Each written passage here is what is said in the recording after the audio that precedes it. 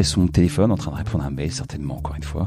Et elle me dit, mais tu percutes pas ce qui est en train de se passer. On est en train d'aller choisir un truc qui est central, là, qui est la poussette, qui est un truc qui est symbolique pour la parentalité. Moi, je suis surexcité. C'est un moment, voilà, hyper important. Elle me dit, mais t'es où, là? En fait, tu te percutes. Est-ce que tu comprends ce qui est en train de se passer? Et en fait, je lui ai répondu, non. Exécuté par qui? Fabrice Florent. Bonjour, bonsoir, bon après-midi à toutes et à tous et bienvenue dans ce nouvel épisode d'Histoire de Daron, le podcast où chaque lundi, à partir de 6h du matin, je donne la parole à un père pour lui faire causer de son expérience de la paternité. Je suis Fabrice Florent, je produis des super podcasts d'interviews et de discussions, en tout cas moi je les trouve super, et je crée des contenus. Je fais parler des pères de paternité, des mères de maternité, des gens de leur rapport au succès, je prends des mecs entre quatre yeux pour leur parler de masculinité, je fais causer des gens de leur rapport à l'argent et de plein d'autres thèmes que je vous invite à découvrir en allant sur mon site fabflorent.com, fabflorent.com. Si vous aimez cet épisode, vous pouvez aller écouter la bande-annonce du podcast pour en découvrir plus sur mon travail et mes autres podcasts. Si vous aimez mon travail, vous pouvez m'offrir un cadeau en échange en me soutenant financièrement et ainsi me donner un peu plus de sérénité en vous abonnant par exemple à mon Patreon ou en m'envoyant de l'argent sonnant et trébuchant. Allez dans les notes du podcast ou en allant sur fabflorent.com, fabflorent.com, donc vous y trouverez toutes les infos. Enfin, si vous aimez ce podcast, vous pouvez vous y abonner, mettre un chouette commentaire et 5 étoiles au podcast sur votre application de podcast préférée et surtout, partagez cet épisode et ce podcast autour de vous s'il vous a plu. Je suis sûr que vous connaissez des gens que mon travail pourrait intéresser. Vous pourrez également venir commenter avec mes auditrices et mes auditeurs chaque épisode directement sur mon Discord. Alors Discord, c'est un petit logiciel génial que je vous invite à découvrir, qu'il faut installer sur votre téléphone ou votre ordi. Vous pouvez également me suivre sur les différentes plateformes et réseaux sociaux. Vous pouvez vous abonner à ma newsletter et vous trouverez toutes ces infos pour me contacter dans les notes de cet épisode. Un grand merci d'avance et bonne écoute à vous. Vincent donc, salut. Salut Fab. Bienvenue. Merci de m'accueillir. Merci à toi de m'avoir tagué un bonjour, un beau matin sur LinkedIn. Sur un post LinkedIn. Alors pour les gens qui connaissent pas LinkedIn, parce que peut-être, tu vois, dans mon podcast, c'est le réseau social, en gros, des entrepreneurs et des entrepreneuses et globalement professionnels. Ouais. C'est le Facebook des pros, quoi. Même si ça devient un peu... il y a des gens qui commencent à raconter leur vie comme moi. Bah ouais. Mais en même temps, la vie professionnelle, elle est impactée par la vie perso. Exactement. Et donc, t'as posté t'as écrit un post, en fait, où tu venais raconter que tu partais pendant 3 mois parce que ton deuxième enfant... Deuxième. Ouais, c'est ça. C'est ça. Venait d'arriver là, ouais. Et que il était temps de te barrer pendant 3 mois. Et tu racontais un petit peu le cheminement. Enfin, tu vas nous en parler un peu plus. Ouais. Et ce post a eu un écho énorme. Touché 1 million de personnes. Allez, ouais. je m'étais juré, j'aurais parlé avec ma femme, je dis mais sors pas de la vanité, etc. Et là, je te le fais. Mais 1 million de personnes. Pourquoi tu te sens obligé de... J'ai refait un post derrière, d'ailleurs, en fait, pour débriefer en disant voilà les enseignements. Et je commence par ceci n'est pas un post de vanité. Je ne vous partagerai pas les métriques comme si j'avais besoin de me rassurer sur le fait que je me la pète pas. Mais ouais, non, mais je me la pétais quand même. Ouais, franchement, enfin, je savais que ça allait impacter les gens. Je savais que c'est un sujet sensible parce que dès que j'en parle avec des gens autour de moi, c'est un sujet, quoi. Parentalité et entreprise. Mais là, 1 million de personnes, c'est des centaines de commentaires. Et d'ailleurs, je trouve la partie la plus intéressante, quoi. Des centaines de commentaires qui, moi, qui m'ont conforté dans ma parentalité. Surtout, m'ont permis de comprendre un certain nombre de choses sur la parentalité. Et j'ai l'impression que c'est pas que c'est devenu une drogue, mais depuis, je lis plein de trucs. Je regarde comment je peux encore plus m'engager. Enfin, c'est un peu, je pense, le point de départ. On en reparlera. Et je pense que ton podcast contribuera largement à ça, le point de départ de quelque chose, parce que en vrai il y a tellement de trucs à faire, quoi. Enfin, je pense qu'aujourd'hui les parents on est un peu tout seul. Tu vois, l'entreprise nous aide pas, même on peut en parler, j'ai écouté ton podcast plein de fois d'un point de vue sanitaire, surtout les papas. Ouais. On est un peu exclus. Enfin, il y a tellement de choses à faire, c'est ouf. Ok. C'est quoi ton job aujourd'hui chez Future for Care? Ouais. Alors, c'est quoi Future for Care? Future for Care. Écoute, Future for Care, moi je suis entrepreneur et en fait tu as plusieurs façons d'entreprendre, soit tu montes ta boîte, soit tu aides d'autres personnes à monter leur boîte, et en l'occurrence c'est ça, Future for Care. C'est une initiative de 4 grosses boîtes, Orange, Sanofi, Generali et Capgemini, qui un jour se sont dit il y a un gros sujet sur la santé Tu vois, mine de rien, la parentalité est quand même étroitement liée à la santé. Il faut qu'on fasse changer, bouger les lignes, notamment dans les hôpitaux, de manière générale, en santé générale. On croit, je parle pour eux, mais c'est aussi ma conviction, que les entrepreneurs ont une grande place à jouer là-dedans. Aujourd'hui, les choses vont pas assez vite. Les entrepreneurs, c'est des gens qui ont la dalle, qui vont au-delà des frontières et hésitent pas à prendre des risques. Et donc du coup, comment est-ce qu'on peut les aider? T'as plein de boîtes qui existent, mais comment on les aide à devenir grandes et avoir un vrai impact sur la société? Et donc on a créé notamment un accélérateur de start-up qui s'appelle Future for Care. Et donc en fait, tous les entrepreneurs en santé numérique, comme on l'appelle, qui ont une équipe, qui ont un produit, mais qui veulent réussir à grandir, en fait, elles peuvent candidater, elles peuvent nous rejoindre et nous on les aide pendant 2 à 3 ans à réussir à devenir des belles boîtes.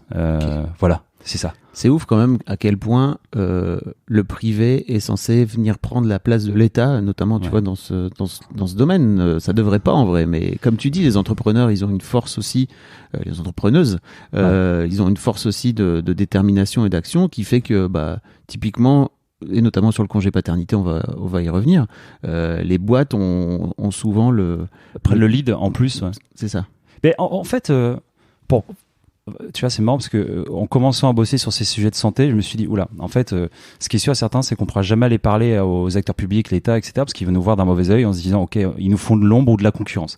Et en fait, pas du tout. Et en fait, je trouve ça, je suis assez épaté par la lucidité, mine de rien, malgré peut-être les process et en tant que, tu vois, patient ou parent, l'impression que c'est lourd, c'est mal géré, mais la lucidité d'un certain nombre de décideurs sur le sujet qui se disent mais en fait, on peut pas tout gérer, on n'arrive pas à tout gérer. Et effectivement, cette aide est la bienvenue, quoi. Et effectivement, pour revenir sur ce que tu disais, je pense que de toute façon, c'est la responsabilité aujourd'hui des entreprises d'aller plus loin. Je pense que l'État peut pas tout faire. Là, on passait à 28 jours, nous, pour les mecs. Ouais. Ma fille, Eleanor, qui est née il y a 3 ans, j'ai eu 14 jours. Mon fils, 28 jours. Effectivement, ce qu'on a fait avec mon entreprise, le passer à 3 mois, en fait, je trouve que c'est presque normal. Et en fait, tu vois, aujourd'hui, les boîtes te disent, nous, on est une entreprise à mission, on a une mission, etc. Ok, mais comment tu sors de la com, et comment tu passes vraiment à l'action? Et je trouve que ce genre d'action, c'est le b.a.-ba, puisqu'on va en parler, mais je pense que là, le congé pat, c'est juste la première étape pour faire en sorte que le top départ, il se passe bien. Mais après, il y a plein de boulot. Et tu le sais mieux que moi, puisque tu as des enfants qui sont plus avancés que moi. Oula, oui.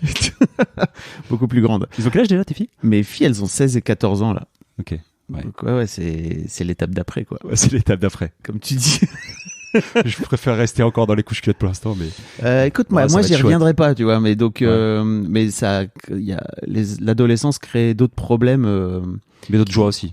En fait, c'est un autre paradigme. Je trouve ça hyper intéressant et je suis très intéressé d'ailleurs de voir à quel point, comment, votre génération, tu vois, parce que on a... T'as 45, toi? Moi, j'ai 45. Moi, j'ai 34. C'est ça, on a 10 ans d'écart.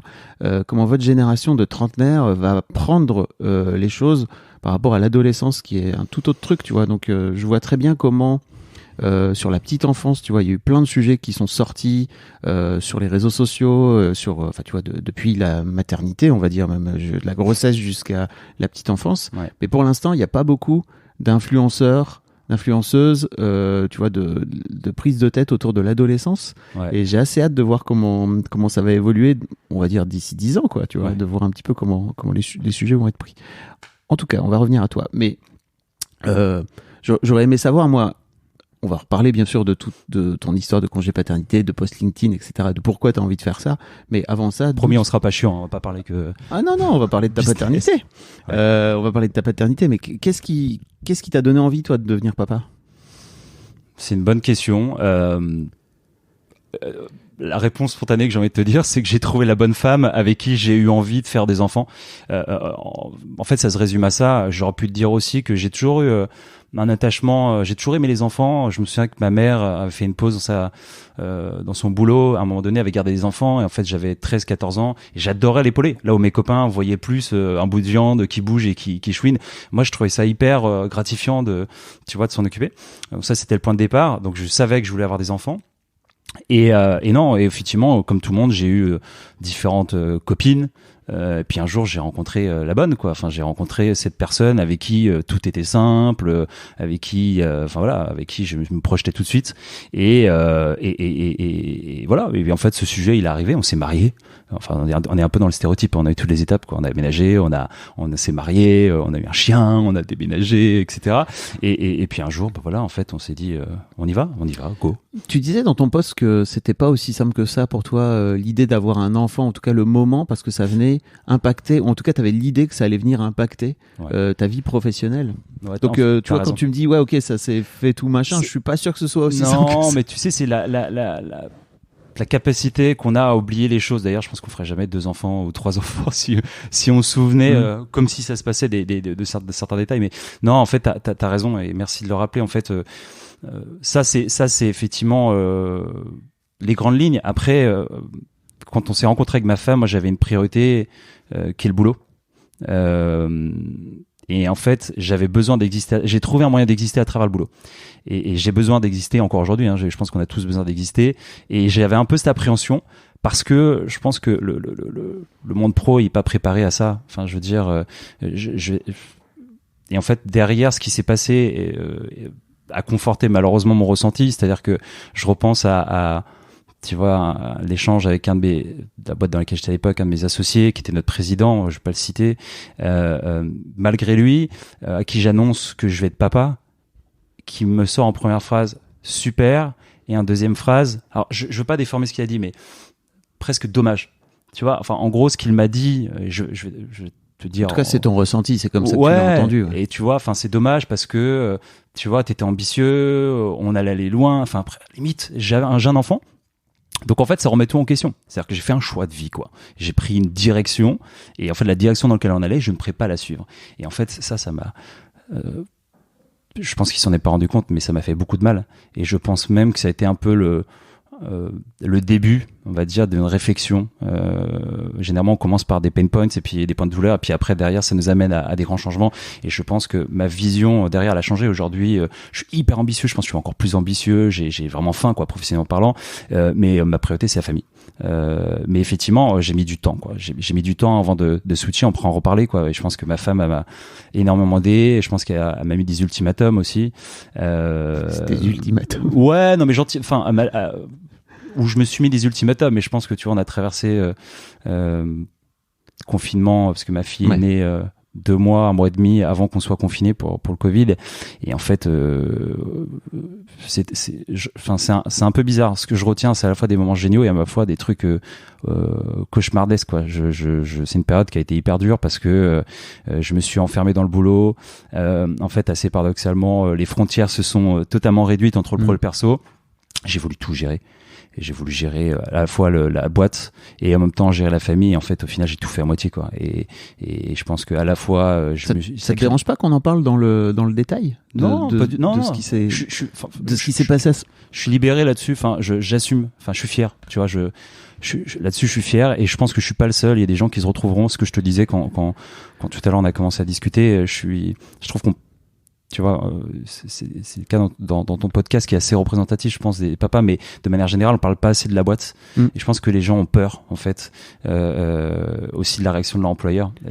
Ouais. Et puis il y a aussi un truc que je crois, comme tu le dis, les mecs, on nous a appris à nous révéler dans le travail et à nous épanouir dans le travail. Et donc, je voulais revenir sur ce fameux président-là. Alors, j'entends bien ce qu'il t'a dit, que ça t'a blessé et tout. Est-ce que tu lui as dit à l'époque? Non. Jamais. Au contraire. Je me suis dit, il a certainement raison, mais vu que je veux les deux, je vais montrer que je suis capable. Et tu vois, c'est là où j'ai fait la bêtise d'être sur tous les fronts. À un moment où, et je pense que c'est ce que j'ai appris avec la parentalité, surtout pour mon deuxième, il faut prioriser. Et tu peux te permettre des parenthèses. Parenthèse veut pas dire que tu lâches totalement, mais tu priorises, quoi. Et à l'époque, j'ai pas priorisé. Si, j'ai priorisé la boîte. Mais d'un fil. Donc en fait, j'ai pas bien géré la boîte. J'ai pas bien géré mes activités au sein de la boîte. Et j'ai pas bien et suffisamment bien géré la famille. Okay. Ma femme, ma fille, on s'est confiné avec ma belle-sœur et son mec qui est devenu son mari après. Tu vois, eux-mêmes ont été témoins de ça. Je pense que j'ai plein de bonne volonté. Pour en parler aussi de homme suiveur, maman leader. Ah bah oui. C'est un suiveur plus quoi. Limite je comprenais pas. Je dis mais enfin tu vois, dès que tu me dis de faire un truc, je le fais. Regarde, tu m'as dit de faire machine, je l'ai fait. Regarde, tu m'as dit d'aller donner biberon, je l'ai fait. Mais en fait ça se passe pas comme ça. Bah oui. Charge mentale, etc. Et ça je l'ai découvert après. Bah oui, toujours. Mais il faut prendre le mur en pleine gueule pour réussir. Ouais. Mais alors parlons de l'arrivée de cette première enfant et de comment t'as fait en fait entre moi je voudrais comprendre ce qui se passe dans ta tête entre ce moment où tu te dis ok en fait pour moi le boulot c'est ma priorité et je vais m'épanouir dedans et en gros si j'ai un enfant bah ça va venir mettre en berne un petit peu ce truc là et le moment où tu décides d'y aller. Qu'est-ce qui a évolué chez toi? Je pense que ma femme a une grande qualité, c'est qu'elle sait, je sais pas si c'est la bonne expression, mais j'allais dire me pousser dans le rave. Enfin, je me projette en mode soie élastique. Tu sais, t'es prêt à sauter, t'as pas envie. En fait, elle, c'est la personne qui est capable de te pousser et tu la remercies après. Et je pense que voilà, nos discussions, l'amour que j'ai pour elle, je me suis rendu compte qu'il fallait y aller. Et surtout, il y a des couples, je pense, dans lesquels t'as un des deux qui veut un enfant, l'autre le veut pas. Effectivement, là, c'est des vraies décisions profondes. Mais en fait, je voulais un enfant. Donc, en fait, je pense que c'est juste que elle était hyper sûre d'elle. Je me suis laissé porter par ça, parce que j'avais aussi envie d'avoir un enfant. Et puis voilà, je me suis laissé porter. Après, voilà, il y a eu un peu de casse, qui encore une fois, et tu vois, on s'est pas séparés. Il n'y a pas eu de remise en question du couple, etc. Mais il y a eu cette casse nécessaire, comme tu dis. Mais je me suis fait peur. Et puis j'allais dire, c'est un risque aussi qu'elle prend, elle, à ce moment-là, de te pousser dans le ravin, comme tu dis, parce que, en fait, exact. Comment ça va se passer? Ça peut flinguer le couple. Hein. Exactement. Mais tu sais qu'en fait,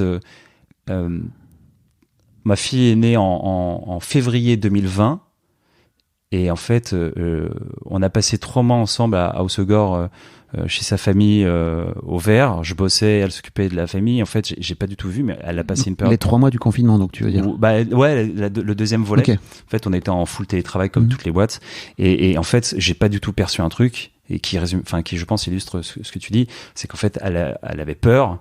Elle avait peur d'un truc, c'est l'arrivée de la rentrée où elle allait reprendre le boulot parce qu'elle a pris 7 mois sur le premier, et en fait elle avait peur qu'effectivement je reste dans ce travers de c'est boulot first, et j'adore la famille mais ça arrive en second plan.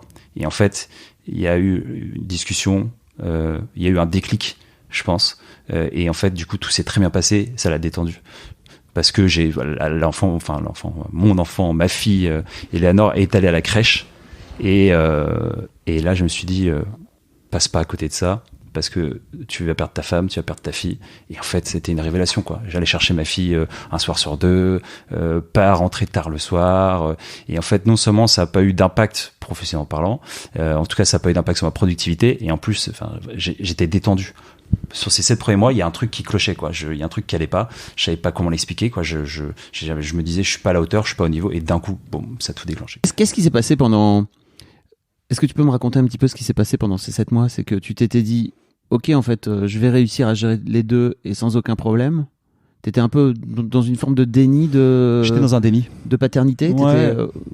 Tout se passera comme avant. Il y aura pas de problème. Exact. C'est ce que j'expliquais dans le fameux post. Je voulais tout quoi. Je voulais le beurre et l'argent du beurre. Je voulais continuer à vivre comme avant, passer du temps en entreprise, bosser parce que je m'accomplissais comme ça, faire du sport tous les jours, continuer à avoir des potes, continuer à sortir avec ma femme, et avoir un enfant à côté.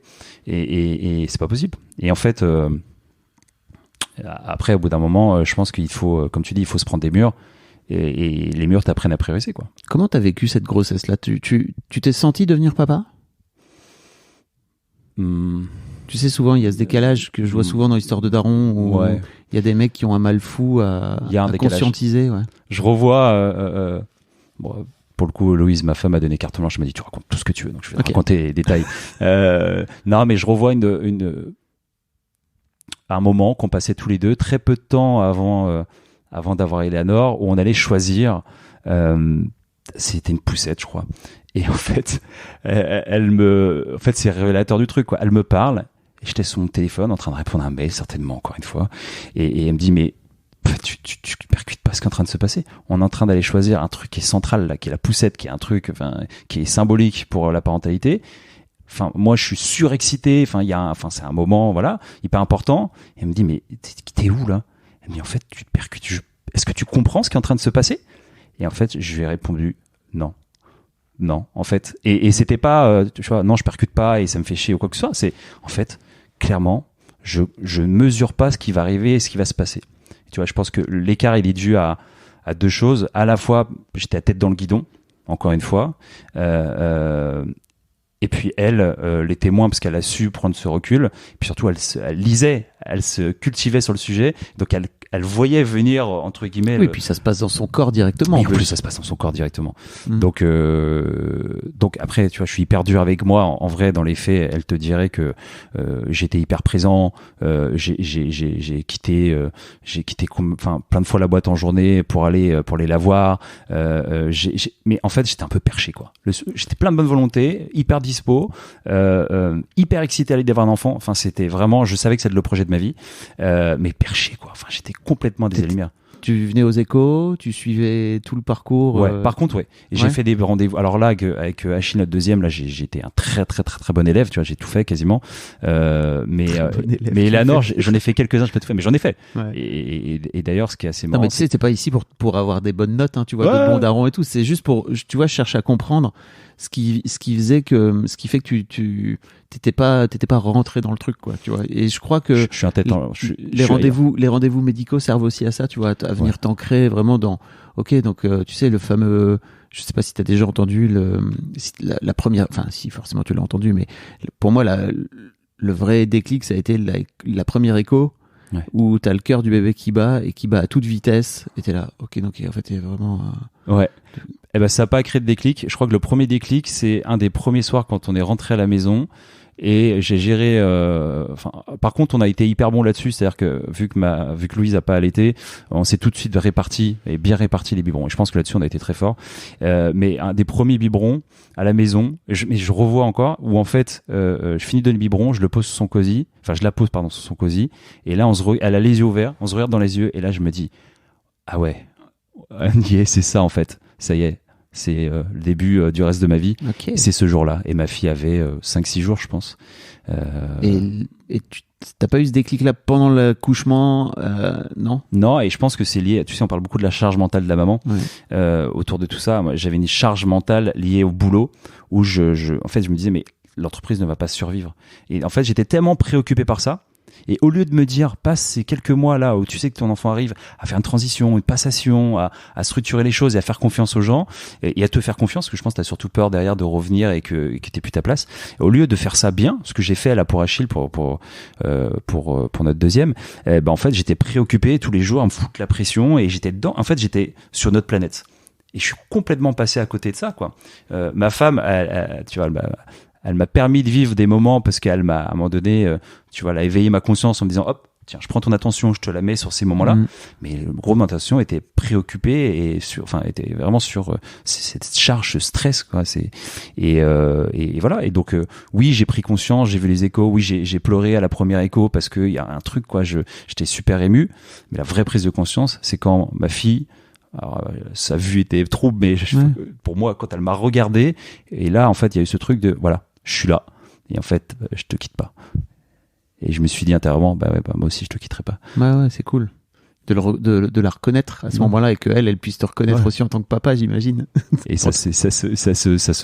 aujourd'hui, c'est hyper fusionnel, tu vois, et ça se confirme, c'est juste génial, quoi. Enfin, je recommande fortement aux gens qui ne veulent pas faire d'enfants de faire des enfants. Non, mais juste pour vivre ce truc-là, quoi. Enfin, je veux dire, il peut rien t'arriver quand t'es avec ton enfant. Tu ne peux pas être malheureux, triste. Enfin, en tout cas, c'est mon cas quand je suis avec ma fille, quoi. Je rentre d'une journée bonne ou mauvaise, mais dure, intense. Mais mon mood est toujours ultra positif le soir quand il y a toujours ce regard, en fait. Quand on se retrouve du regard, et c'est assez fort. Comment tu fais pour, quand t'as passé une journée difficile, de pas ramener ta journée difficile à la maison? Ma femme, encore une fois, Louise, c'est à la fois ma meilleure amie, comme on dit, mon amante, et en même temps comme une sorte de mentor, c'est-à-dire qu'elle a cette capacité aussi mais je pense que j'ai la même chose pour elle, tu vois. Je pense qu'elle me cadre beaucoup, je la cadre beaucoup. On est sur le papier assez différents, mais dans les faits très similaires. Et en fait, tu vois, celle qui m'a dit, voilà, maintenant tu parles trop de ci, tu parles trop de ça. Essaie de faire comme ci, essaie de faire comme ça. Et vu que j'ai énormément de respect pour elle, j'ai beaucoup écouté. Et en fait, au bout d'un moment, j'ai assimilé et je pense, réussi à après, c'est pas le cas. Tu vois, il y a des jours où tu rentres et en fait, t'as juste envie de te larmoyer. Mais réussi à laisser ça de côté et à me concentrer sur des trucs tout simples. Mais voilà, tu rentres à la maison, t'es pas le seul à avoir une journée. Ta femme a une journée, ta fille a une journée, ton fils aujourd'hui a une journée. Concentre-toi là-dessus. Enfin, je pense que toi, t'as vécu ta journée, t'as pas forcément besoin de la ressasser. Concentre-toi, demande comment la journée s'est passée. Et je pense que ça aide à faire abstraction. Et puis surtout, en fait, il y a rien de grave. Enfin, je veux dire, quand t'as passé une mauvaise journée, quand t'as perdu, t'as perdu un client, quand t'as quelqu'un qui a démissionné, etc. On s'en fout, en fait, c'est rien. Par contre, c'est super intéressant de savoir comment la journée de ta fille s'est passée. Parce qu'elle progresse, elle a la chance d'aller à la crèche, elle progresse, elle fait plein de trucs. Super intéressant de savoir comment la journée de ta femme s'est passée. Et voilà, ça c'est. Ok. C'est un travail que tu fais, je pense. On peut revenir un peu sur le confinement, sur ce qui s'est passé et ce que, comme tu disais tout à l'heure, tu avais peur de perdre ta place, c'est ça ? Si tu l'as laissé ? Ouais, je suis quelqu'un d'assez ambitieux, mais j'avais ce côté un peu viscéral de il faut que je sois le numéro 1, le meilleur sur le papier, tout le temps, en toutes circonstances, sinon tout ça est obsolète et je perds ma place. Et donc tu parles du confinement. Ouais. Je pense que le confinement, il est paradoxal parce que moi, ça a énormément apporté à ma paternité parce que tu te retrouves H24 avec la famille.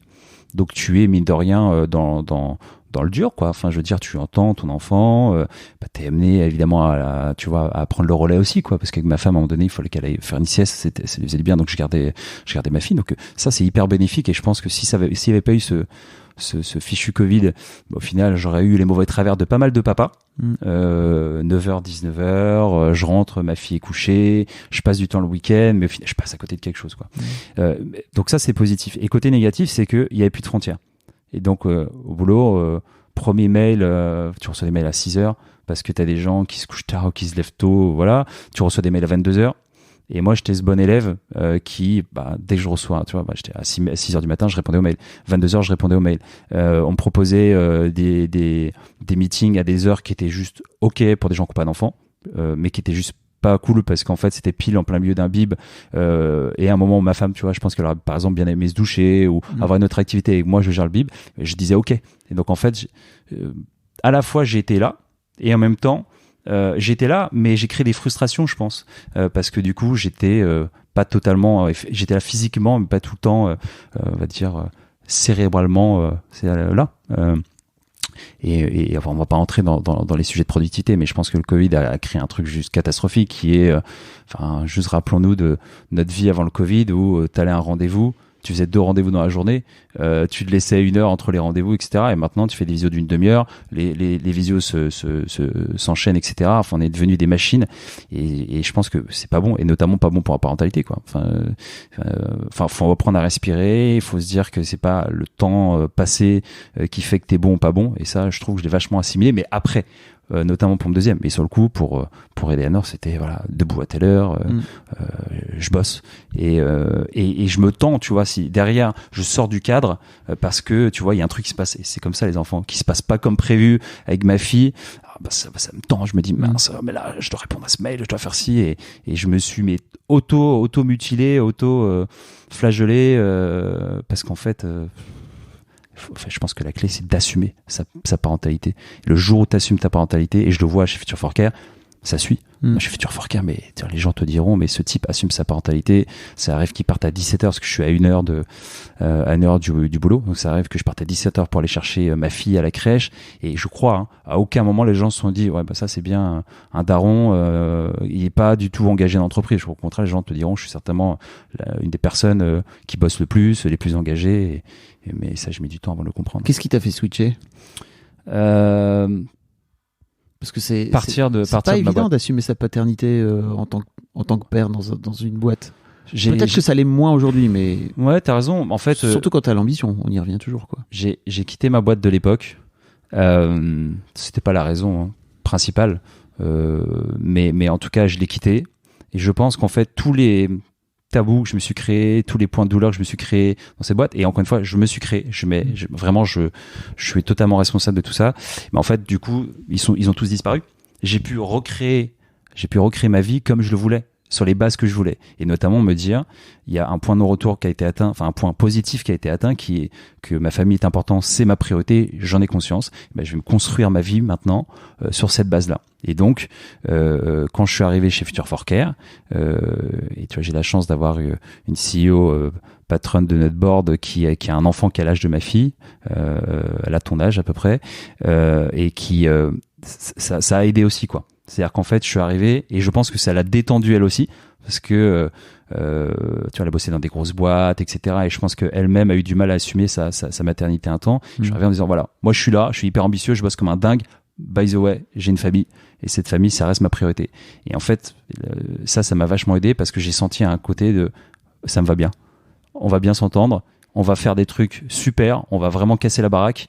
Et puis à côté, on va bien profiter de nos familles. Et donc voilà, je pense que à la fois se créer un cadre, plus être bien entouré, être entouré de gens bienveillants et entouré de gens qui te détendent sur le sujet, ça aide vachement. Et c'est pour ça que je parle de manière totalement détendue et j'ai aucun problème à dire qui je suis et à assumer et pas être dans l'anonymat parce que je pense que ça peut créer et susciter aussi des vocations. Tu vois, je repense, je fais une parenthèse, un truc tout bête, mais tu sais, le côté faux d'Insta, je le citerai pas, mais j'avais un client à l'époque, précédente boîte, qui me dit moi j'adore te suivre sur Insta, ça me motive de voir quand tu fais du sport, tu passes des photos de tes vacances, machin, puis les belles vacances, enfin ça me donne vraiment envie, tu vois, de comme toi d'être ambitieux, de bosser pour pouvoir vraiment avoir cette vie, machin. Et en fait je me battais j'avais un peu ce côté faux à l'époque qui donnait envie aux gens. Aujourd'hui, j'ai envie d'avoir ce côté vrai de mon côté, le vrai côté, quoi. Pas le côté photo bien travaillé sur la plage, mais le côté bib, et dire aux gens, voilà, peut-être qu'à l'époque ça vous a inspiré toutes ces confs que je pouvais faire, le fait d'aller en vacances partout, etc. Aujourd'hui, je vais vous montrer en fait ma vraie vie et que vous soyez autant motivé et inspiré par ça. Et je pense que de toute façon, ça marche par l'exemple. Il y a pas assez, je suis tout petit, mais je pense qu'il faut des gros exemples, des gens assez emblématiques, chefs d'entreprise, politiques, etc., qui montrent l'exemple. Et le sujet que tu connais par cœur, en fait, ce sujet de la paternité, il bougera. Ça marche que par l'exemple. On n'est pas très courageux, nous, les hommes. Hein, donc, mais le jour où tous les patères, ou des patères qui nous inspirent commencent à le faire, tu vas voir que ça va bouger. Ça va bouger. Qu'est-ce que ça va changer ? C'est qu'en fait, on va se forcer. On va forcer les choses, forcer le destin. Puis d'ailleurs, l'autre point qui est l'entreprise suivra, puisque l'entreprise elle-même, c'est une critique gentille, elle-même n'est pas très courageuse. Et ce qui se passe sur l'environnement aujourd'hui, elle l'a fait parce qu'elle a été forcée. Je pense que sur la parentalité, elle le fera parce qu'elle est forcée. Et l'entreprise résumera pas juste à dire regarde, je donne un mois de congé parental en plus, mais comment est-ce que je vous suis sur 10 ans, 12 ans pour fidéliser. Je voulais parler avec toi de cet aspect fake des réseaux sociaux notamment parce que tu sais, il y a ce phénomène qui s'appelle le dad blessing. Ouais. Est-ce que tu as déjà entendu parler de ça ? C'est les pères qui se mettent en scène pour faire genre vous avez vu les gars à quel point je suis un père impliqué et en fait à quel point alors qu'en vrai c'est juste pour faire la photo et que tu sais ils sont pas forcément dans les faits et c'est un vrai truc, tu l'as toi-même dit à quel point ça t'a marqué dans ton poste de conclusion, enfin en tout cas de retour, à quel point c'était fou la résonance que ça a eu par rapport à si ça avait été une nana qui avait fait exactement la même chose. Les gens ont dit so what. Et mais bon voilà, moi c'est un vrai sujet aussi qui sociétal qui m'intéresse, tu vois, de se dire faut qu'on fasse gaffe nous en tant que père à pas venir se positionner en tant que vous avez vu un petit peu comme je suis un père parfait, etc. C'est un truc que j'ai moi-même pu faire quand j'étais plus jeune. Je sais plus le faire maintenant. Mais c'est vraiment compliqué parce que on nous envoie tellement des cookies pour nous dire ou on nous envoie des fleurs en fait quand on nous dit c'est super, vous êtes des pères super impliqués et tout, alors qu'en vrai ça devrait juste être normal, quoi, le double standard. Ouais, je suis d'accord avec toi. En fait, ça me fait penser à ce commentaire là de Vincent Cassel qui dit tu dû le voir, enfin je commente pas plus que ça, mais il faut pas montrer ses faiblesses, il faut être dur, quoi, il faut être un homme, un bonhomme. Fine. Mais en fait, reprenons la notion de virilité. Qu'est-ce que la virilité ? Et je pense que la virilité, c'est pas effectivement être un dur à cuire, puis foutre des tartes à ses enfants ou prendre des photos en disant regardez comme je suis hyper costaud. Je gère mes enfants, moi je dors 3 heures tous les nuits, etc. Ça me suffit. Puis derrière, je gère une entreprise en hyper croissance et puis je gère mes 5 enfants. Enfin, non, c'est juste de se dire bon voilà, il y a des moments plus difficiles que d'autres. Mais après, sans tomber dans le larmoyant, mais effectivement, je veux juste montrer le vrai côté des choses, de l'assumer. Et voilà. Vincent Cassel, pour moi, c'est juste un mec on oublie qu'il a 56 ans et qu'en fait, c'est juste un vieux bonhomme, quoi, tu vois. Il commence vraiment à vieillir et c'est dur de vieillir dans cette C'est exactement ça. Je crois que c'est pas pour plaindre ce Vincent Cassel du tout, mais je trouve c'est notre génération. Je trouve ça vraiment triste, tu vois, ce genre de sortie en me disant, mais mec, t'as pas compris. Et en fait, pour moi, c'est surtout de la peur, quoi. Que tu le penses, c'est une chose, mais que tu le dises publiquement, c'est qu'il y a vraiment, comme tu dis, c'est que vraiment il y a une peur, quoi. Ah bah oui. Je pense qu'il se sent, en plus, je pense que encore une fois, je juge pas parce qu'en fait, chaque histoire est unique et certainement qu'ils s'aiment fort, mais avec une nana beaucoup plus jeune et certainement que les mecs de la génération de sa nana sont différents. Peut-être qu'ils se sentent menacés de ça. C'est vrai que des mecs qui justement peut-être assument plus leur paternité, une autre forme de virilité, quoi. Et peut-être que c'est lié à ça. Bon, Vincent, après, si tu nous écoutes, n'hésite pas à venir à mon micro, je serais heureux de parler avec toi de paternité et de masculinité. On le taguera. Ouais, grave. On le taguera. Donc ouais, pour revenir à cette volonté de ta part, si j'ai bien compris, en fait, la boîte dans laquelle t'es aujourd'hui a normalisé le congé paternité à 3 mois, c'est ça? Alors en fait, ouais, effectivement, ça s'est fait assez naturellement, mais dans ce côté un peu militant, engagé que j'ai, parce que je sais pas faire les choses à moitié, j'ai besoin, dès qu'il y a un sujet qui m'intéresse, d'être ultra militant, engagé, voilà. Et ben en fait, on a eu cette discussion. Je suis le premier du coup à avoir 2 mois de congé supplémentaire, ce qui fait 3 mois, 100% subventionné par l'entreprise, mais afin de pas tomber dans de la discrimination positive, je sais pas si on peut dire ça. C'est le cas aussi pour les mamans qui passent de 2 mois et demi, 3 mois à 5 mois. C'est juste que voilà, il y a le cadre légal. La boîte suit et rajoute 2 mois qu'elle finance à 100%. Et voilà. Et ça s'est fait très sincèrement parce que tu dois certainement toi aussi discuter avec des papas ou même des mamans qui disent comment est-ce que je peux faire bouger les choses, etc. Moi, sur ce sujet spécifique là qui m'intéresse, qui est la place des parents d'entreprise, j'ai eu pas mal de messages de gens qui me disent ok, mais je pense pas qu'avec ma boîte je vais pouvoir le faire. Comment tu l'as fait? Comment tu l'as préparé? En fait, la réponse elle est très simple, c'est que je l'ai pas préparé. C'est une succession de discussions. Une personne, moi en l'occurrence, qui est arrivée à la genèse de ce projet, qui a assumé ma paternité et de fil en aiguille en discutant, en fait, ma patronne m'a dit écoute, en fait là, tu pars à moi. Parce que qu'est-ce qu'on peut faire de mieux? Décidé de prendre ton congé paternité. Parce que première chose que je lui ai dit, c'est en lui annonçant déjà, je lui ai annoncé tout de suite. Il n'est pas obligatoire ce congé. Il n'est pas obligatoire. Donc déjà rien que ça, pour moi c'est un souci, quoi. C'est que tant qu'il n'est pas obligatoire. En vrai, l'employeur, il peut regarder de traviole, quoi. Tu vois, il peut regarder de travers en disant, dis donc, t'es sûr que tu vas le prendre? Ouais, alors ça, je prends ça pareil, purée, mais alors, attends, c'est pas le sujet, mais le nombre de messages que j'ai reçus de mecs et de nanas, le mec a pas pu prendre son congé pat parce qu'il a reçu des pressions. Mais si, c'est le sujet. Pourquoi tu dis que c'est pas le sujet? Ouais, c'est le sujet. Bon, on en parlera après, mais pour moi, il y a, tu vois, l'entreprise, c'est le manager, le vrai, au sujet, le sujet, c'est le manager qui, fondamentalement est bon, je pense, mais il n'y a tellement pas d'outils et tellement pas aiguillé sur ce sujet-là qu'il fait des conneries et il en finit par faire des trucs qui sont presque illégaux malgré lui, quoi, de dire non, tu vas pas le prendre parce que sinon ta place est remise en question, alors qu'en fait c'est légal, je veux dire, tu peux pas empêcher. Mais pourquoi je te dis ça? Non, parce que oui, donc du coup j'ai assumé ça et puis rapidement on a discuté, quoi. Qu'est-ce qu'on peut faire pour pousser ça? En plus on a une boîte qui soutient le progrès, quoi. On aide des boîtes en santé à changer un peu la donne. En fait c'est très simple. Moi je pense que 1 mois c'est pas suffisant. Je pense que 3 mois c'est bien. Je pense que idéalement il faut alterner en plus, quoi, que je puisse moi passer un moment avec ma femme, qu'on puisse prendre des marques ensemble et puis après que chacun puisse prendre ses marques en alternant, mais en tout cas voilà, qu'il y ait un cadre de 3 mois et puis après c'est chacun se gère comme il veut là-dessus. Et en fait ok go, sachant que voilà, c'est quand même je pense que tu veux faire des choses pour la parentalité, il y a des choses moins onéreuses, plus simples à mettre en place, etc. Et c'est ce qu'on a décidé de faire à force de discussion, etc. Et je pense que mine de rien, les gens autour de nous, tu vois, on a la chance d'être dans un milieu où on est très entouré. On a beaucoup parlé de parentalité. Puisqu'on a je dis moi et puis Agnès, donc qui est notre CEO, on a des jeunes enfants et autour de nous, en fait, je pense qu'on a fait ensemble le constat que il y a plein de gens qui sont frustrés, qui avaient des enfants un peu plus âgés, qui sont frustrés de pas avoir passé assez de temps avec leur enfant.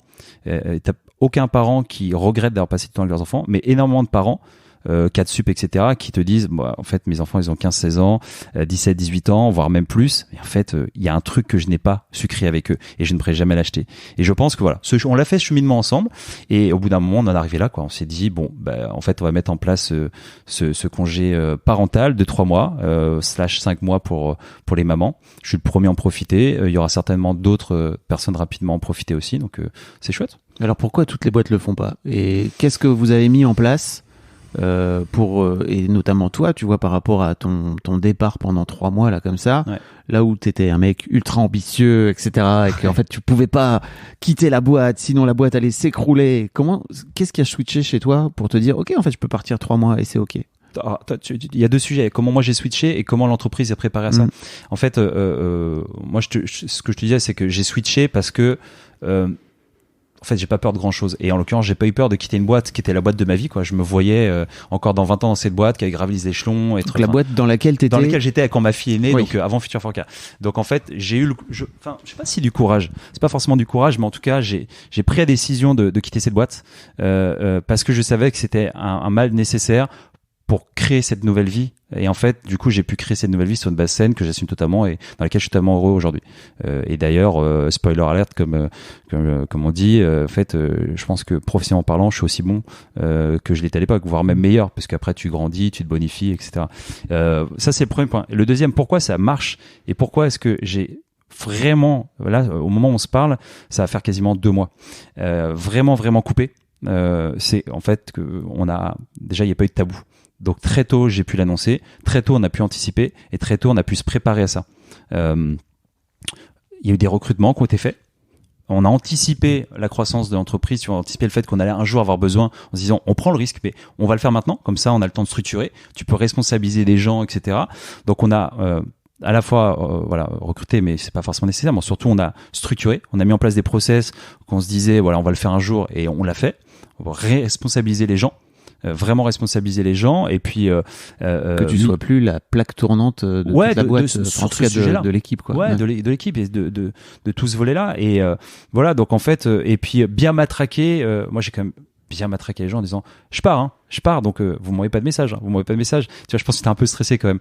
Et mine de rien, vu qu'on a anticipé, on a préparé en mettant en place une organisation adaptée à ça, en sensibilisant les gens qui ont des enfants déjà ou qui n'ont pas d'enfants, et en définissant un certain nombre de règles, je pense que en fait, il faut pas non plus être too much. C'est-à-dire que je pense que certains papas ou certaines mamans ont besoin peut-être de garder un pied d'entreprise, ou ont besoin de faire les choses différemment de ce que je fais là. Moi, j'avais besoin de couper totalement. Donc voilà, c'est ce mix de 3 points qui est hyper important. Et en fait, en l'occurrence, là, on est sur une logique où la boîte se porte bien sans moi. Limite, je me dis, mais en fait, si je reviens pas, c'est pas grave, parce qu'en fait, la boîte, elle continuera à grandir. J'ai fait une exception, parce qu'on avait un événement auquel je suis allé, je suis allé une fois, et je discutais avec des gens, et il y avait ce côté un peu partagé, où je me dis, mais c'est canon, parce qu'en fait, du coup, ça se passe bien.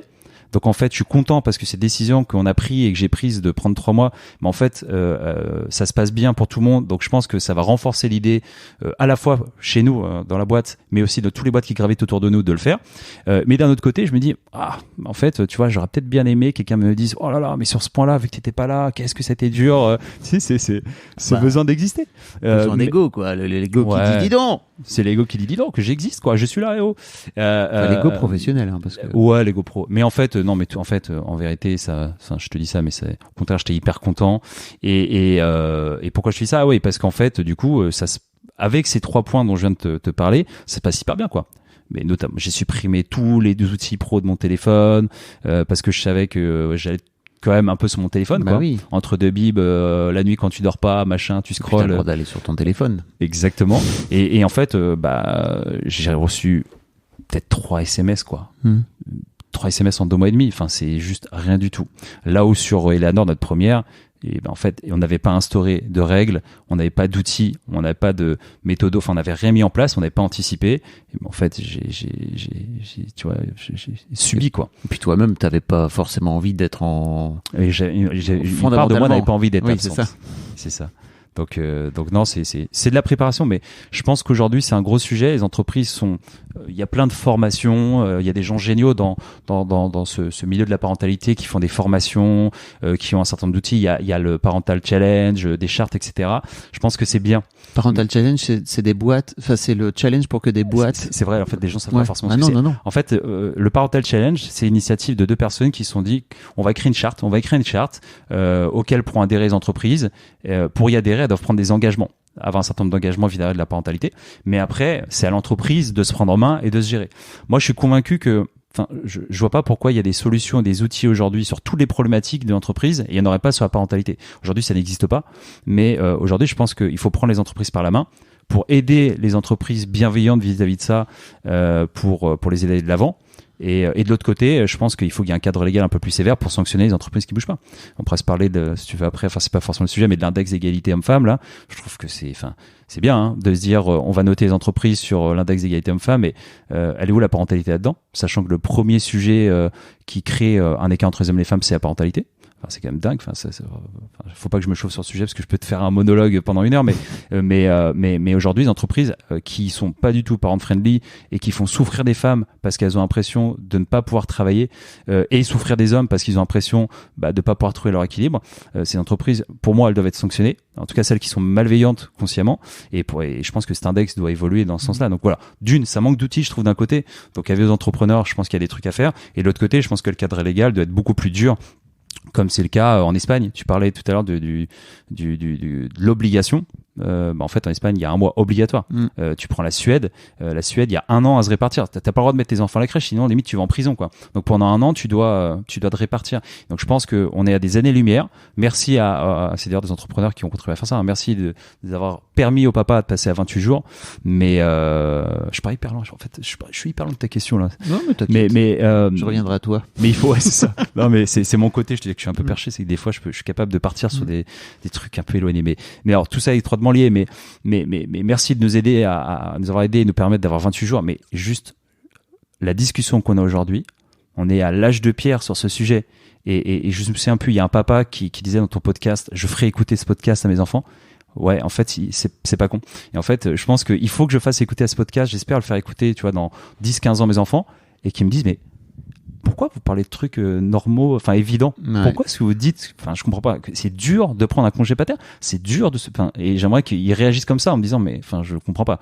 Comme oui. certains darons soixantenaires ou quinquagénaires, etc. aujourd'hui se disent des choses qui sont normales pour nous, pour toi et moi, ils se disent, waouh, mais quelle audace, quel courage. Changer des couches. Waouh. Ouais. Vous êtes tellement forts, les mecs. Voilà. Mais qu'est-ce qu'elle t'impose, ta meuf, quand même. Oh là là, mais oh là, mais fais pas ça. Ça sent le vécu. Franchement, moi, non. Des gens m'ont raconté des histoires et oui, j'ai quelqu'un dont le beau-père lui a raconté ça, mais moi, non. Et je suis assez étonné, d'ailleurs. On part sur un autre sujet, mais au contraire. Au moment où j'ai commencé à parler de ce projet, j'ai beaucoup d'entrepreneurs autour de moi, dans la famille et dans la famille de ma femme, de tous les âges, toutes les générations. Et je me suis dit, tu vois, est-ce que le fait de parler du fait que j'ai coupé 3 mois, pour ces gens qui, je pense, me respectent pour ce côté hyper entrepreneur, etc., parce que du coup, ils vont se dire, ok, il devient un peu flemmard, why not?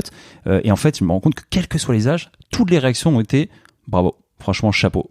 Franchement, et à 80 ans comme à 60 ans, franchement, chapeau, je trouve ça courageux parce qu'en fait, c'est pas commun aujourd'hui, mais je trouve ça tellement normal, en fait. Tellement évident et tellement normal, y compris de la part de papa qui te dit se cache, moi, je me suis pas, tellement occupé des enfants parce que c'était pas non plus, à l'époque, c'était pas évident, quoi. Et je trouve ça chouette. C'est en vieillissant que tu te rends compte, comme tu disais tout à l'heure, c'est en vieillissant que tu te rends compte que t'es passé à côté de l'enfance de tes gamins, quoi. Voilà. Et tu vois, on a tendance souvent à être négatif sur ces sujets, mais il faut être aussi positif. Et en l'occurrence, ça, c'est un truc, moi, qui m'a filé une pêche de me dire que c'est pas une question de génération, c'est une question de rien. En fait, c'est juste que, comme tous les tabous, parce que c'est un tabou, on s'impose des choses, où on ne fait pas certaines choses qu'on aimerait faire, parce que il y a une sorte de dogme qui s'est imposé, qui s'est créé naturellement. Je pense que il y a pas un être humain un jour qui s'est dit on va faire ça va se passer comme ça, mais ça s'est fait au fil de l'histoire. Oui. Et on est un peu, je pense, aujourd'hui à la fin d'une ère où en fait ce dogme il s'est imposé et je pense que ce dogme il va éclater. Mais je pense que dans quelques années, quand on prendra du recul sur la chose, on se dira mais mais comme sur plein de choses, enfin, typiquement l'esclavagisme ou enfin je fais un parallèle un peu tricky, mais aujourd'hui tu dis pour moi c'est aussi fou en fait de regarder 100 ans en arrière et de se dire enfin 150 ans en arrière comment on a pu faire ça quoi. Comment on a pu faire ça, c'est comme mais tout comme comment on peut continuer à manger de la viande si tu veux, peut-être potentiellement tu vois, il y aura le même parallèle quoi. Ouais, c'est clair. Comment t'appréhendes ton retour au boulot? Et en fait c'est marrant parce que c'est une question que toutes les femmes se posent. Ouais. Tu vois, en tout cas, toutes les femmes qui ont eu des enfants, le retour de congé maternité, c'est un délire. Et j'en ai pas beaucoup parlé dans Histoire de Daron. Ouais, c'est un très bon point.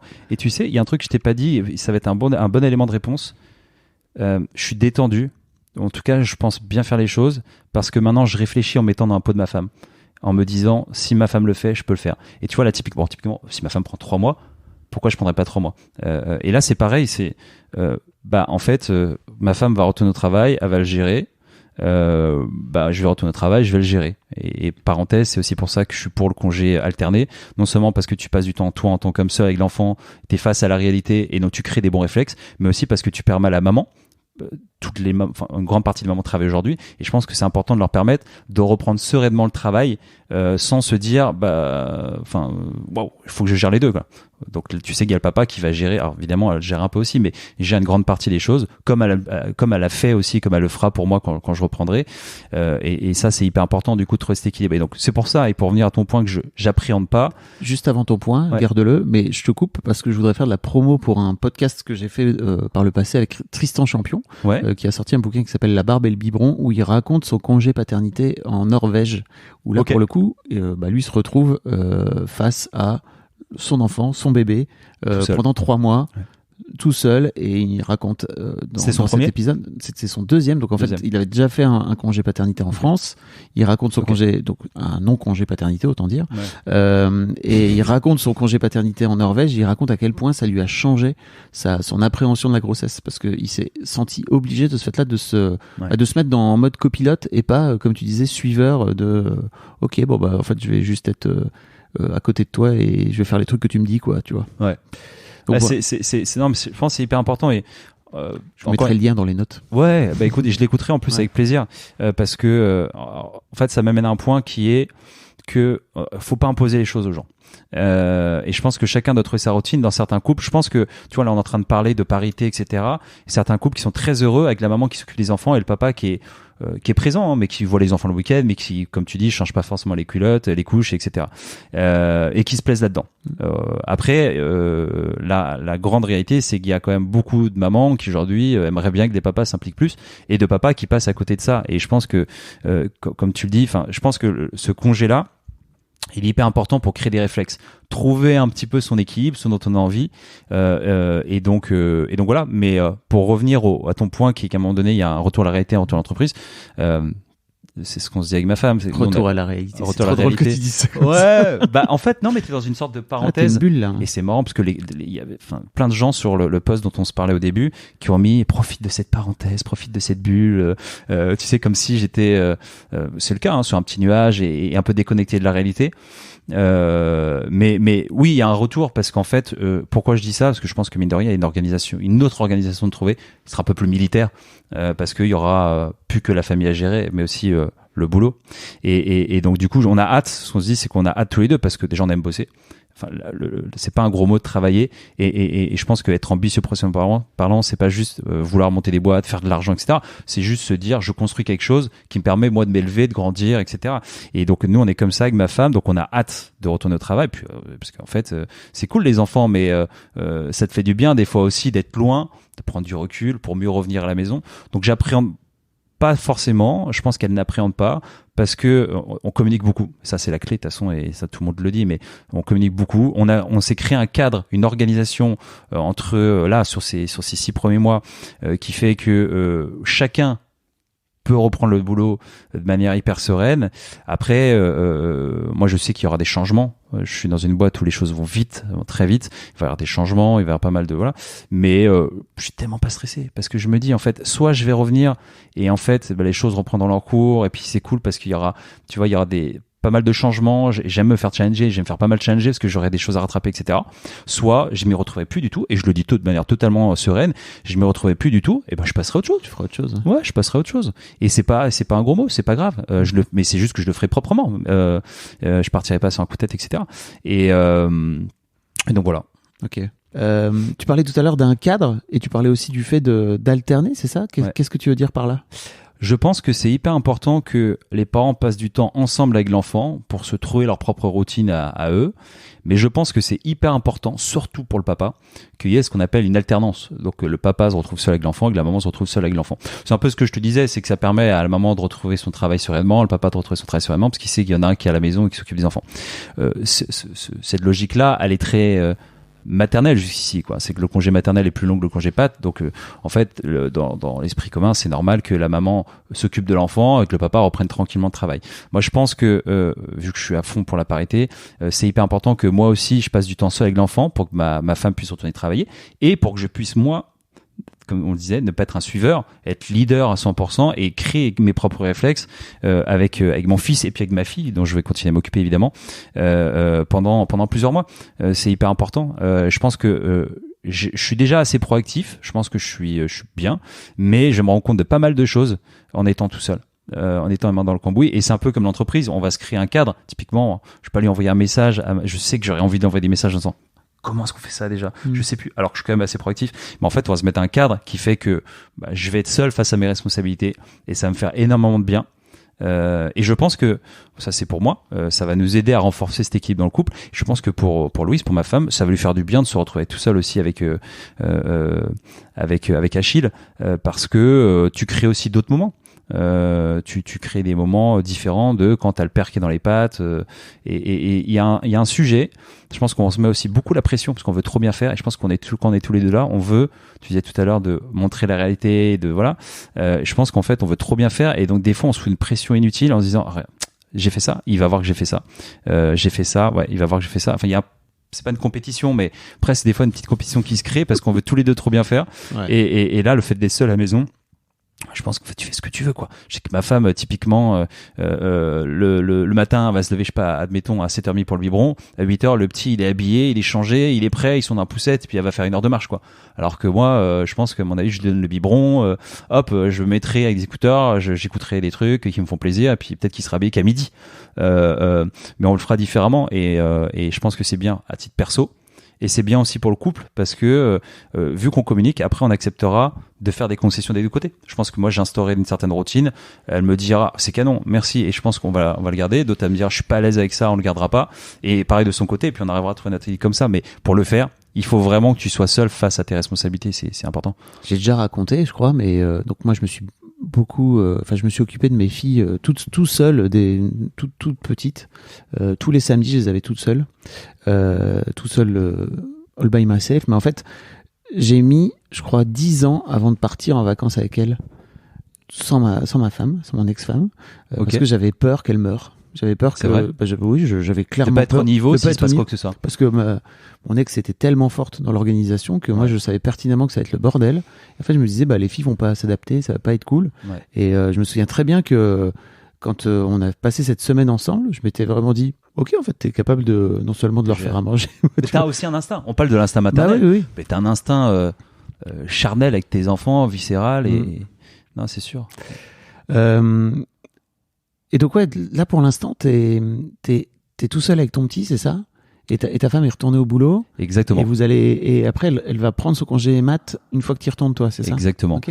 Ouais, en fait on alterne, et donc moi je reviens en avril. Moi je repars en avril au boulot très bientôt. Et je pense que effectivement il y aura peut-être un petit temps de préparation en amont, mais quelques jours avant. Ton fiston est né en... Mon fiston est né en février. En février, ouais, ok. Il est né en février, donc là, au moment où on se parle, il va bientôt avoir 2 mois. Ok. 1 mois et demi, quoi. Ouais. Donc c'est tout frais encore. Hein. Ok. Bon, j'ai une dernière question pour toi. Ouais. Justement, tout à l'heure, tu disais peut-être tes enfants, ils écouteront dans 10 ans ou 15 ans. C'est la dernière question que je pose à tous mes invités. C'est, en fait, si tes enfants écoutent ce podcast dans 10 ans ou 15 ans, qu'est-ce que tu as envie de leur dire là, aujourd'hui ? Je pense que moi, j'ai besoin d'être aimé, j'ai besoin de ça, et donc j'espère que ce que je fais aujourd'hui, je le fais pour moi, mais j'espère que ça aura contribué à ce qu'ils m'aiment et même davantage. Enfin, j'espère qu'ils seront fiers. J'espère que pour eux, ce que j'ai fait, ce sera normal, mais qu'ils aient la lucidité de comprendre le contexte de l'époque, de se dire, il a fait ça aussi pour nous, c'est chouette, et que ça renforce encore plus notre lien. J'espère ça, même si je pense que j'ai pas besoin de ça, et je pense que ce lien, il se crée. Il faut pas il faut pas faire les choses pour attendre, tu vois, des congratulations en retour. Si tu fais des enfants pour attendre qu'ils t'aiment. Ouais, non, c'est clair. Non, mais j'espère quand même. C'est une grosse pression. J'espère qu'ils seront fiers. Tu sais, pour moi, il y a un truc qui est hyper important, qui est la notion d'héritage. L'héritage, c'est pas, dans le sens financier du terme. Pour moi, l'héritage, c'est beaucoup plus profond que ça. Et je suis hyper, ma préoccupation. Je suis jeune, mais c'est mon héritage, quoi. C'est qu'est-ce que je vais laisser à mes enfants et que je vais leur laisser, qu'ils vont garder, qui potentiellement ils vont transmettre, et ce qui va me permettre de continuer à vivre d'une certaine façon, quoi. Et je pense que ce que je fais, c'est un truc que t'as en tête là. Ouais. En fait, j'ai peur que d'un truc, c'est la mort. Et en fait, c'est hyper perché ce que je vais dire, mais je me raccroche un peu à une idée qui est de dire que dans tous les cas, transhumanisme, tout ça, on vivra pas à 1000 ans. Et peut-être que je continuerai à vivre d'une certaine façon en transmettant des choses. Il faut que ça fera penser ma fille pensera à moi, du coup elle en parlera à ses enfants, qui en parleront à leurs petits enfants, et etc. Ce que je vois, ce que j'ai pu voir dans ma famille, tu sais, dans nos familles, il y a des gens dont on parle, ton arrière-grand-père en 1800 machin. En fait, ils continuent à exister parce qu'à l'époque ils ont fait quelque chose qui a frappé la famille, qui est resté dans la famille, qui est fort. Là, la guerre, en l'occurrence, je pense à 14, 18, 39, 45, fait que t'as certaines personnes qui vont rester dans la famille parce qu'ils ont eu une action héroïque, etc. En fait, je suis très attaché à ça, et je pense que un des trucs qui m'a poussé, qui m'a motivé, c'est que je me suis dit, mais en fait, si tu fais ça, ça va rester dans la famille, quoi. T'es la personne dans la famille qui, du coup, a pris la décision de s'impliquer dans la famille et de passer du temps avec la famille et de prendre ce congé. C'est une première pierre. On se reparlera, et certainement que je ferai d'autres choses qui sont pas encore communs et qui deviendront demain. Donc j'espère que s'ils écoutent ça, ils soient fiers et ils disent effectivement, ça c'est un peu le petit grain de sel de papa, quoi. C'est son truc, c'est ce qu'il a un peu inculqué. Mes parents m'ont inculqué des trucs, j'ai une forme de pression sur certains sujets positifs en me disant j'espère que je serai à leur niveau. Tu vois, j'espère que eux aussi se diront waouh, faut qu'on soit à niveau parce qu'à l'époque il a fait ça et qu'est-ce qu'on peut faire nous à notre échelle en 2060, 50, 30, que sais-je. Ok, merci beaucoup Vincent. Avec plaisir, merci. Un grand merci à vous d'avoir écouté jusqu'au bout. Pensez à rejoindre le serveur Discord pour venir commenter avec le reste de ma commu. Je vous trouverai tous les liens dans les notes de cet épisode. Et si mon travail vous plaît, je vous rappelle que vous pouvez m'offrir en échange un peu de sérénité en vous abonnant à mon Patreon ou en m'envoyant de l'argent en vous munissant de votre CB. Vous trouverez tous les liens dans les notes de cet épisode également. Bonne fin de journée et j'espère à très bientôt pour un nouvel épisode de podcast.